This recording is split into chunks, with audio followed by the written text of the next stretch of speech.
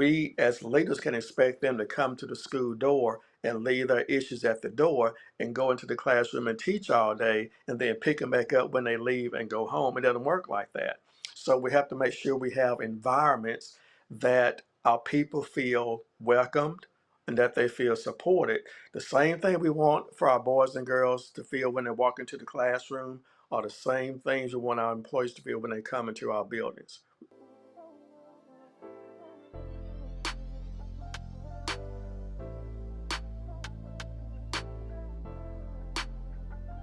Welcome to another episode of the Mindset on Resilience podcast. I am your host, Daniel Truelove, and I'm excited to be back with you all today. Today's guest, I am so excited to interview because he is a man that has done absolutely amazing things in his personal life and also his professional life. He is a legend. I know he's going to be very modest and he won't want me to do this, but I'm just going to give my personal opinions. I think he's absolutely amazing and for just everything that he's done. And I'm excited for us to get the opportunity to dive a little bit deeper into his journey. So, as you know, here we're all about learning more and growing in the area of confidence, resilience, and mindset. And so today's guest is Dr. David Scott. Dr. Scott, how are you doing? Doing good, Mr. Truelove. How are you?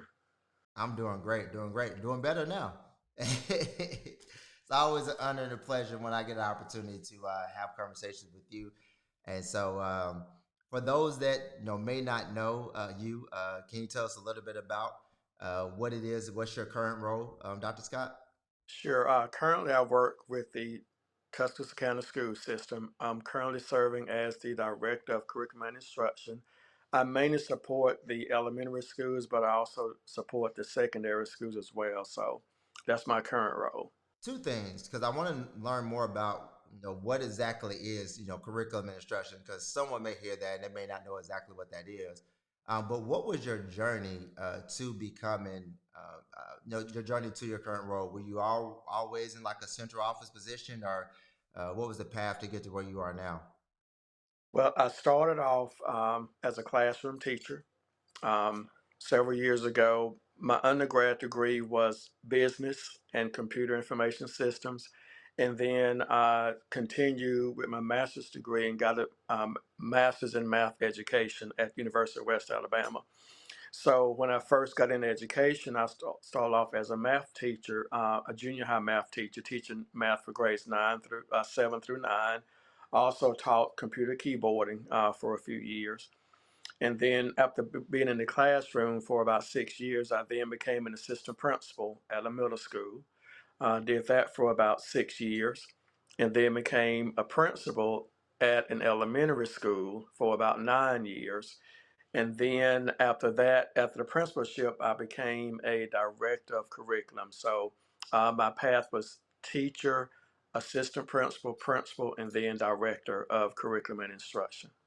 So when you got into education, were you always on the path of becoming a leader in education, or is it just kind of something that happened? Like, how did you get on this track that you went on? Well, my original intent was not to go into education at all. I was going to be I was going to be a computer science. Okay, okay.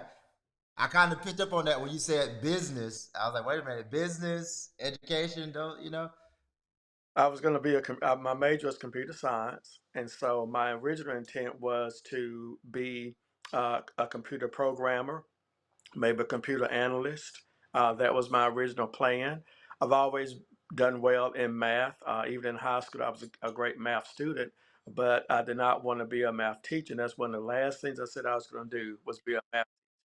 So when I was in undergrad, I was finishing up my program. It was my senior year, my senior class, and so one of the dean from education came to talk to our class because he was trying to recruit students to come into education who were not traditional education students, and he talked to us about this program at the time that the State Department had to try to get more people involved in math and science. And so, since I was about to graduate and did not have a job yet, I said, well, why don't I consider staying, applying for this program? Because if I applied for the program and got accepted, I could earn a master's degree in math education and get certified at the same time. And so I said, hey, why not? So I applied for the program and got accepted. And so that's how I got into the math education field by going into this non-traditional program that the State Department offered to try to get more math teachers in the classroom. So as a result of that, once I accepted that scholarship, I got into that program. I had to agree to teach so many years for getting the scholarship. So I had to agree to teach up to 6 years as a result of the scholarship. So that's how I got into education and got into math. But on that pathway of doing that, I fell in love with education, in particular math education. My intent was to teach for those 6 years and then go and do my computer science job. So here I am almost, well, 30 years later, still in education. It said be careful of saying what you won't do, right? Those are some of the things that you actually end up doing. And 30 years later, look, here you are making a tremendous impact. And so, curriculum and instruction. Tell us a little bit about like what role does curriculum and instruction play in education?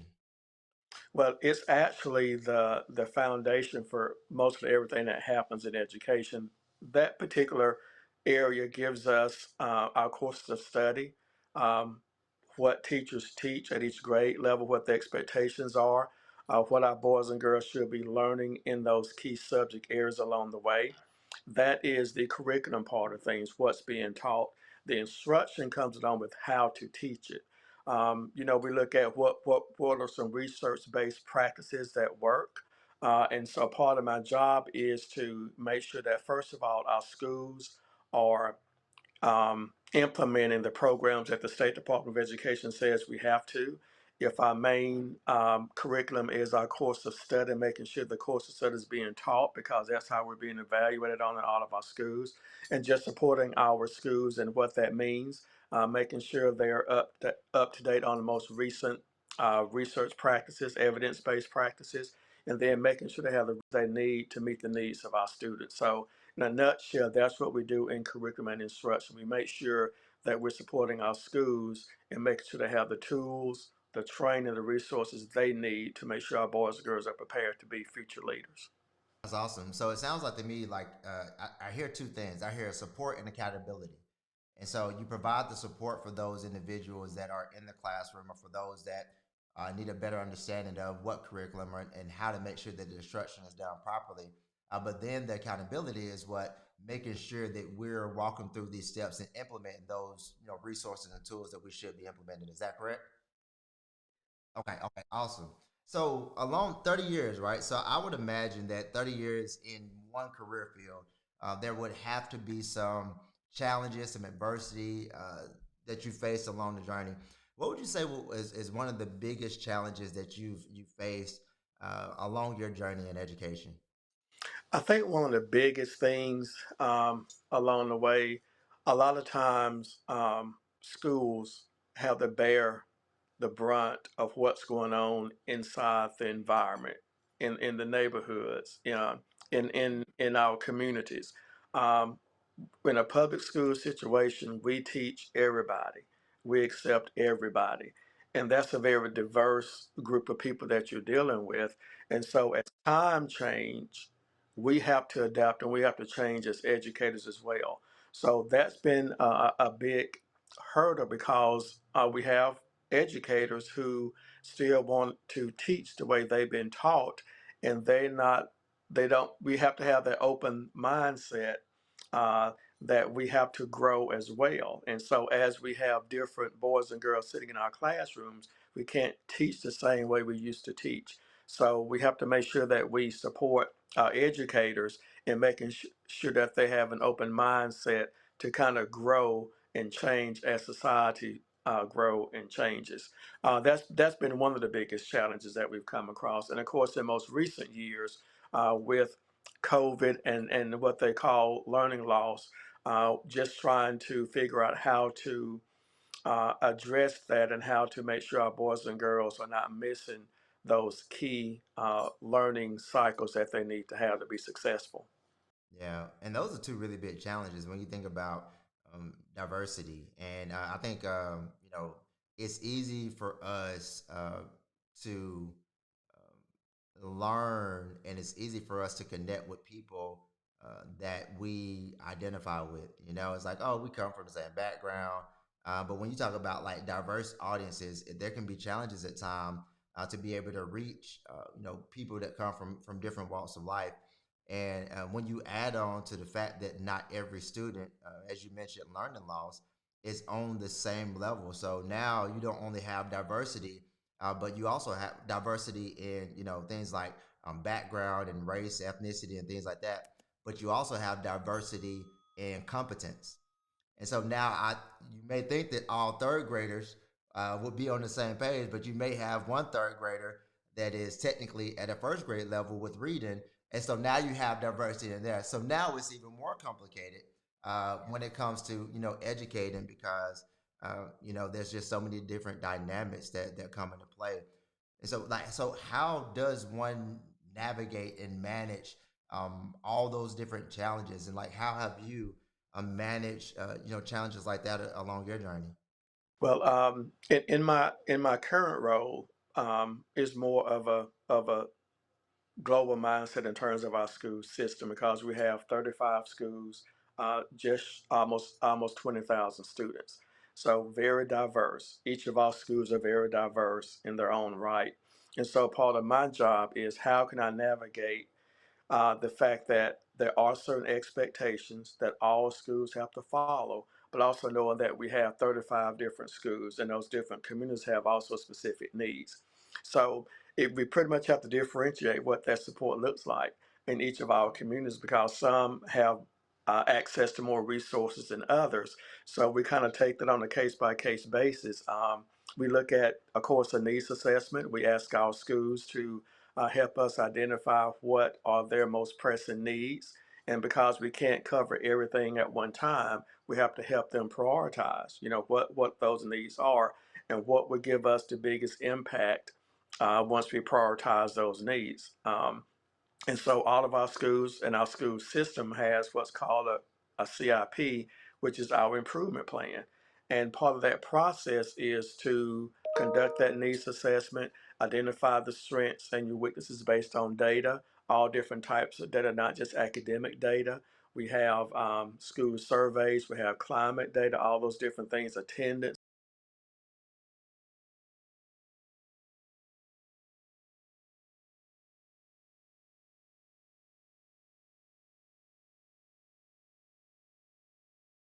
school needs, and then how can we again support that from a district level, but still make sure that everybody's still going in the same direction and we have a common vision as we all move forward in that same direction. So it can be very difficult because as individual schools, their main concern is their individual school, and they're being advocates for their individual school. So we listen to them, we acknowledge what those individual needs are, but at the same time, how do those individual needs play into the school system's overall vision, and how can we still um, recognize and support those individual needs and still be true to our school, our vision and mission as a school system? That's tough, because when you think about it, like the reality is that they do have their needs, right? They do have the challenges that they face, but you aren't looking from an individual lens. You have like a wider scope that you have to assess a situation from. And I think from a leadership standpoint, which is what you're talking about now, how do we provide the individual needs that a school or a person has, and now how do we now funnel that into the collective vision that we're all moving towards? And so I would imagine that there are many challenges as it relates to that. And so uh, how would you say, like, what type of confidence do you have to have and to lead, not only from a school standpoint? You said there are 20,000, over 20,000 plus students, 35 different schools, and so now if I'm a principal, I have my school, I have my teachers, I have my assistant principal, I have my students, all my staff, and I have to lead that. But to be over 35 schools, like, what is that? What do you have to bring to the table from a confidence standpoint in order to be successful in a role like that? I think you have to start with the vision. You have to, and when you create that vision can be created by taking into account what are the expectations of the community. What do we want our boys and girls to leave our school system with? When they graduate, and so. Once we have a vision from our board members or from our superintendent, that vision should be communicated so everybody knows here's our vision, here's where we're going. And so it makes conversations a little easier to have when we focus on the vision because once we craft our school system vision, then our school's vision should be similar to our system vision in terms of what we want, what we're trying to accomplish. We all want our boys and girls to graduate from high school and to go on to be productive members of society, whether it be college or career, military, whatever path they choose to take. We want to make sure they're prepared to do that. And so, if we focus on that as one of our main goals, our main vision, then the pathway we can talk about what that pathway may look like. So we also want to make sure that when we talk about our school and school systems, how do we want people to feel when they come into our building, when they interact with us? Because people remember how you made them feel more so than what was said or done at the time. And so we've been very intentional about making sure that as a school system, we focus on building community and that we focus on respect and that we practice what we preach and that we model what that looks like from the top down. Um, and so we have to lead by example, and we have to be authentic, we have to be transparent, we have to have those tough conversations when necessary. Like I said, we listen when schools have individual needs, so sometimes we have to say, I hear what you're saying, and I wholeheartedly respect what you're saying, but right now here's what we need to focus on, and how can you support this and still meet some of those needs. It can be a tough conversation. Sometimes, you know, everybody does not walk away from the table happy, but that's okay. As long as they feel respected and heard, then we can definitely, move forward from there and make progress. One of the things that I heard you said is that lead with vision, and I think vision is super important when it comes to confidence because um, like for example, I always like this analogy of a GPS. I have a lot more confidence traveling to an unknown destination as long as I have the address and a GPS because I have that confidence that it's going to get me to where I need to go. And when I heard you speak about vision and operating from that collective vision.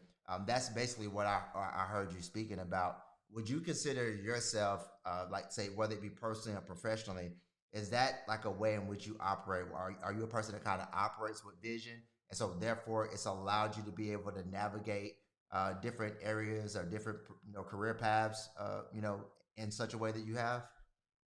Yes, I'm a type person where I have to know where we're going. What's the end game? Where are you taking me? If I have my leader, where are we going? What's the purpose of all this? Once I know that, then that's going to help me begin to identify what path I need to take to support that vision and make that vision happen. As a principal, I had a vision for my school. I communicated that vision to my teachers, to my students, to the parents, to the community to make sure they heard what that vision was, and then we kind of talked about what that meant, what that looked like, what pathway would that need to take, and so we talked about those things. But I made sure that as a leader in my building, that everybody knew what the vision was, and that some people supported that vision and some people did not support that vision. But for those that did not support that vision, my mindset was as long as you show up every day to work, you're supporting that vision whether you want to or not. Um, because you're here, you're showing up every day. You have other options, and if you still choose to come here, then that's telling me to a certain degree that you're going to support this vision until you decide to go somewhere else. That brings me to the point because I think this is a great place for us to make a little bit of a shift. You mentioned not everybody being on the same page, or not, I don't necessarily say not being on the same page, but not everyone walking away from the table happy. You even mentioned just now that even when you are leading with vision, not everyone, you know, agrees with the vision. And so they may show up, but they may show up in different ways. So not everybody shows up and gives 100%, but they'll give 50% because if I don't agree with the vision, then you can only get a piece of me, right?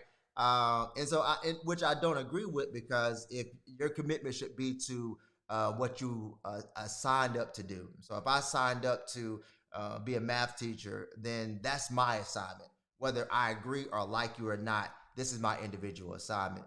But you as a leader, you have to navigate some people being 100% in, some people being 20% in, some people being 0% in. With those different challenges that you face, like what type of opposition have you had along the way? And how have you been able to overcome the challenges or be resilient to be able to get through, different things that have happened along your journey? Well, one of the the change is always difficult for people, and so as one example is that when I became a principal at an elementary school, um, that was number one, my first time setting foot in an elementary school in a leadership position. My background was secondary, 7 through 12, and now here I am in an elementary setting. Um, but second of all, I came in behind a principal who had been at that school for 15 years, a great leader, a wonderful person, um, did an excellent job. I came into a great situation at that school, but it was difficult for people who had been there under that person's leadership to adjust to someone new coming in, who did not have an elementary background per se, and came with a different mindset and a different vision. So, coming into that situation, it was a challenge because not everybody bought into my vision that I came with, number one. And so I had to I had to pick my battles. A lot of times, when I did come to that situation, I had to adjust my leadership style as well, because I believe in situational leadership. The leadership style that I choose to um, portray depends on what the needs are. In this situation, I knew coming in, I had a staff that was that still had to get to know me. I had to get to know them. They had been with the leader for 15 years, and they had become very comfortable with that person. And so one of the things I did was I invited that former principal back to come to lunch. uh, we had special events. I invited her back because I wanted them to see that we were still together. We were still on the same page, that we were still working together to make sure that the needs of the school were being met. I did not come in trying to change anything, uproot anything. That first 2 or 3 years, when things were in place, I asked, you know, why are we doing it that way? And once they told me why, okay, that sounds good to me. Um, it took me about 3 years before I could get to the point where I felt that I could make some adjustments to some things, and they accept those adjustments and not see me as coming in trying to change and uproot what the former principal did. Um, so that there were some major things there, because again, um, of course, people try to test the waters too, just to see what you're made of. Um, but I did not have a chip on my shoulder. I was not coming to try to prove anything. I was coming to maintain the excellence that was already there before I got there. So the pressure was really on me. How can I keep this? How can I keep us in the road and not mess up what's already been in place for all these years? Because I did come into a great situation. I just had to learn on how to maneuver and to keep things going, and then to earn the trust and the respect of the staff at that school. Okay, so you just said a handful there, and it was masterful what you were expressing, because one of the first things you start off with was that I had to pick my battles. My mindset was that I had to pick my battles, and it's very difficult for some individuals to know which battles to fight and which ones aren't going to move us forward. As you begin to talk about that, you said, hey, this principal that was before us had 15 years. So there was established trust. They did an amazing job. And so you said, hey, we're going to keep doing what they were doing before. And for 2 to 3 years, we didn't implement anything new. That is challenging from the standpoint because as you probably accepted the position, I would think that, like, I got some fresh ideas. You know what I'm saying? I got things that I want to bring to the table. But so what mindset, like, how did you stay locked in on that mindset when you have fresh ideas, when you have things that you want to bring to the table, but you say no for now in order for us to be able to what for the greater good? Well, it was more so for me of just taking a step back and saying what does it take to be successful? What was working before I even got there? And if it was working before I got there was no need to change it at all. If they came to me with the issue or concern, the first thing I said was, "Well, what have you all done in the past? And did it work? Did it not work?" If they told me it did not work, then that opened the door for conversation about change or doing something differently. But if it worked and it was successful, then why change it? So that's kind of what I meant by picking my battles. And even if I knew I had a vision for the school, I knew where I wanted things to go.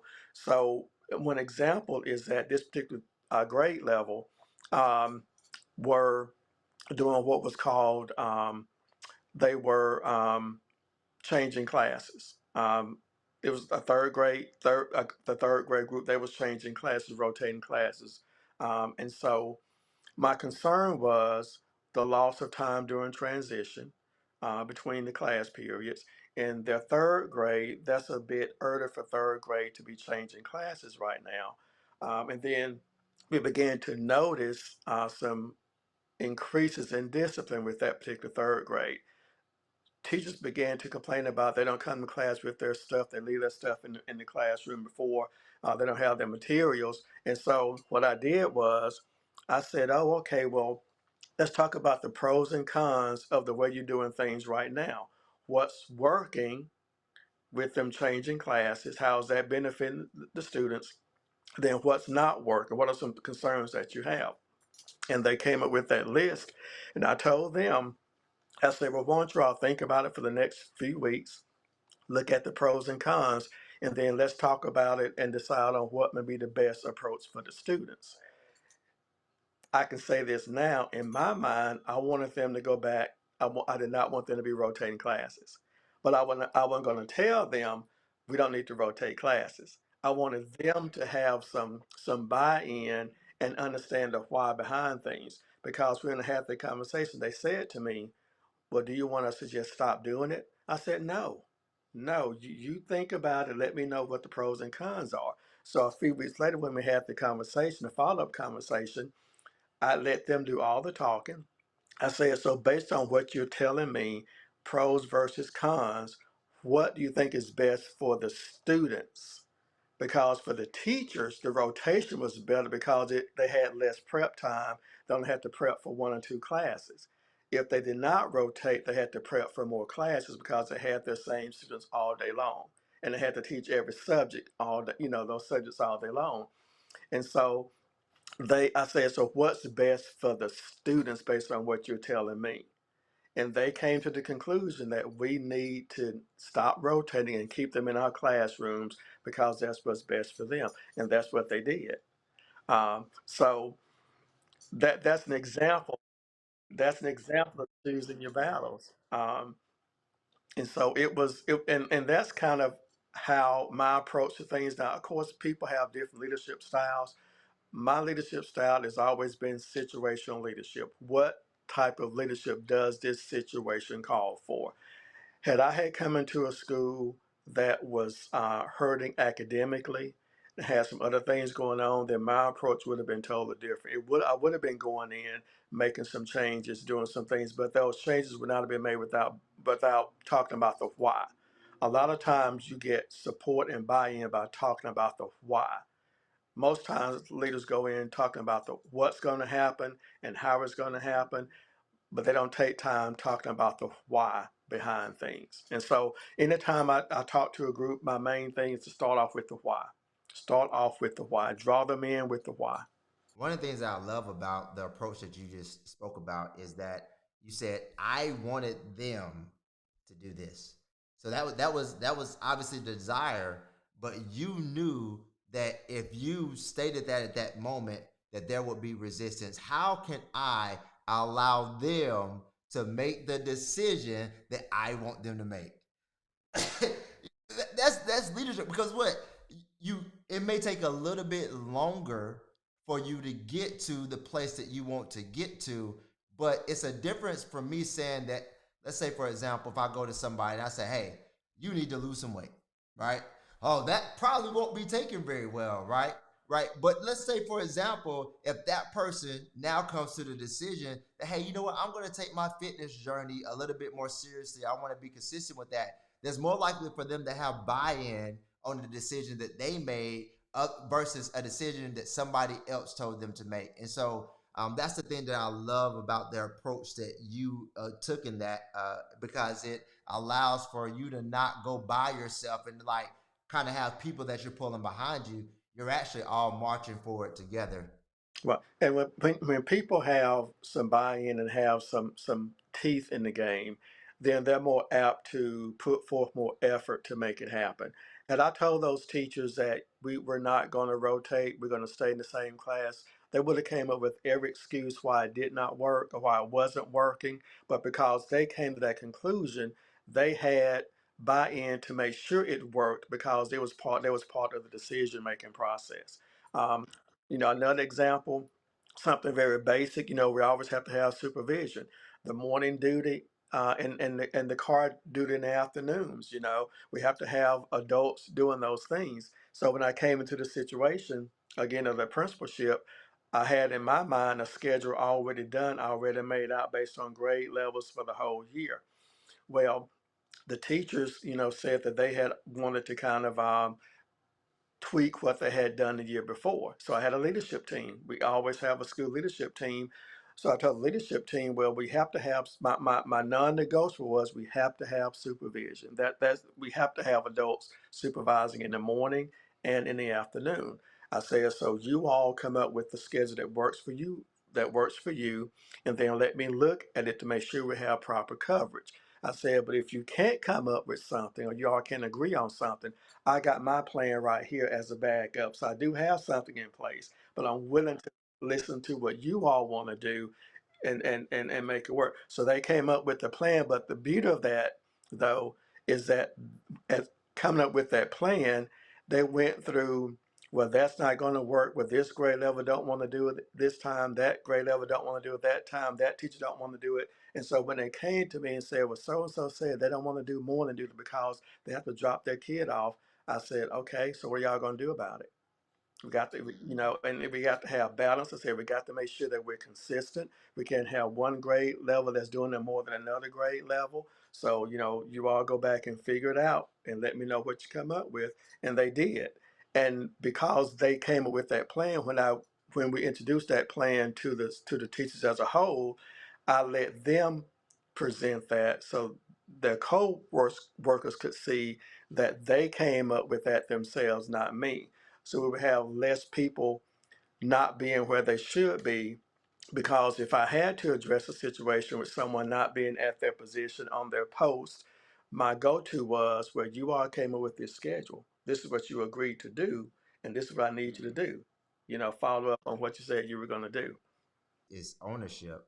And when you have ownership in something, like you said, we talked about buying earlier. It's not me buying in, because I was already a part of the building in. I created this, myself, and that kind of makes me think. I was doing some professional development not long ago, and you talk about there was a challenge, and the team came up with a solution. And so one of the things that I pitched, I had schools, because it was a district. So I had the schools set together, and I asked them the question of what are the biggest challenges in each department. So each member came up with their different problems, and then I said collectively come up with which one you all think is the most what important challenge that you all want to impact this year? All right, boom. So they did that. And then I said, okay, solve it. So now they're working together to be able to solve this. The great thing that happened with that is that they were all in there talking about, okay, well, we can do this. Principal, assistant principal, counselor, teacher, EL. I mean, they're all working together. And afterwards, they were pitching what the solution that we have. This is what we're going to implement. Now, I asked them, had they ever done that? And they were like, no, we've never worked on this. But it just makes so much sense to be able to move forward with the different challenges and things that you are addressing. And the reason why I wanted to bring that up is because I think one of the biggest challenges that schools are facing is a mental challenge. Like mentally being, burnt out or mentally being frustrated. Because think about this. If I have problems every single day when I walk into a school and that problem never goes anywhere, how much more difficult is it for me to continue to move forward with that? It increases, right? So I love the approach that you took because it does two things. Number one, they're solving their problems. So now they know how to problem solve when those things come up, and they also know how we can work together to create solutions. So from you, I wanted to ask the question of when it comes to navigating change, and when it comes to problems, in education, how is that mental battle and that mental struggle with mental health being such a thing? How do you kind of balance like working hard and self care and taking care of it? Like what? How do you handle that? Well, my approach is that self care is the best care. Before I can take care of others, I have to take care of myself. And so, one of the things that you will hear me tell teachers all the time is to take care of themselves first. We don't want our teachers going home at 6, 7 o'clock at night to their families. We want them to leave at a decent time because while we're at work, we're going to work. But when it's time to go home, it's time to go home. And so we don't want anyone to to um, spend their whole day and night on their job. Yes, we know that education is not a 7:45 to 3:15 job. It doesn't start at 7:45, it doesn't stop at 3:15, but it does. You still have to have a balance. You have to find that time, that space, that balance that you need between work and then also with home and family. And so, in especially today, we do have a lot of situations going on with our mental health. Social and emotional health is pretty big, not just with our boys and girls, but also with our adults. Our adults go through things too. They deal with life as well. And we, as leaders, can expect them to come to the school door and leave their issues at the door and go into the classroom and teach all day and then pick them back up when they leave and go home. It doesn't work like that. So we have to make sure we have environments that our people feel welcomed and that they feel supported. The same thing we want for our boys and girls to feel when they walk into the classroom are the same things we want our employees to feel when they come into our buildings. We want them to feel that somebody within that building cares for them, whether it be the principal, the assistant principal, whoever. We want them to feel supported because, if there are issues going on or things going on, they would want to be able to know that ahead of time and making sure they're getting that support that they need to be their whole selves when they do come to work for that child that's also having issues and things like that. So it's a difficult balance, but we have to make sure that we encourage our people. First of all, take care of yourself. You can't take care of anyone else unless you take care of yourself first. Like on the airplane, when they talk about the oxygen coming down, they say put it on yourself first, and then tend to anybody else who may need help. There's a reason for that. So self care is the best care, and self care is not selfish. It's not selfish. That's good. That's good.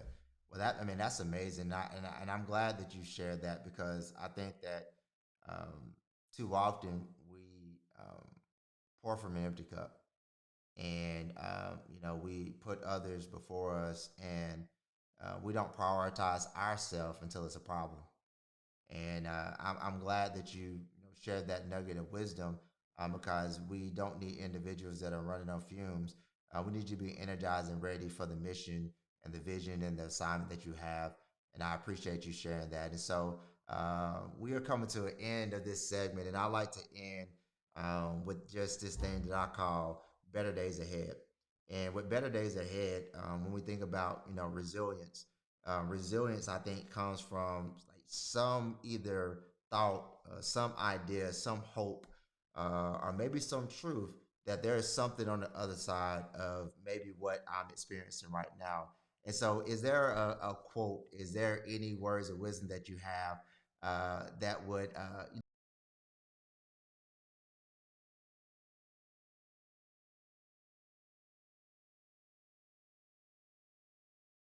Is exactly what you said. You know, there are better days ahead. And so one thing that I say a lot, make the rest of your days the best of your days. And so to me, that means each day is a new opportunity to get it right or to do right or to replenish yourself. And so I would tell, anyone, the best advice I would give to anyone is to, when you talk about, your cup, make sure that your cup is full first.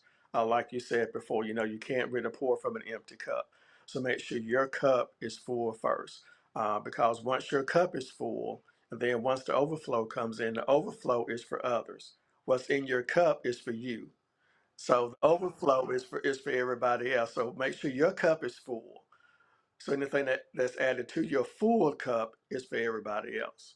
Uh, so make sure your cup is full and make the rest of your days the best of your days on purpose. I love it. I love it. Well, Dr. Scott, I appreciate you so much for joining us. I'm super excited about everything that you've done and everything, all the wisdom that you have to share.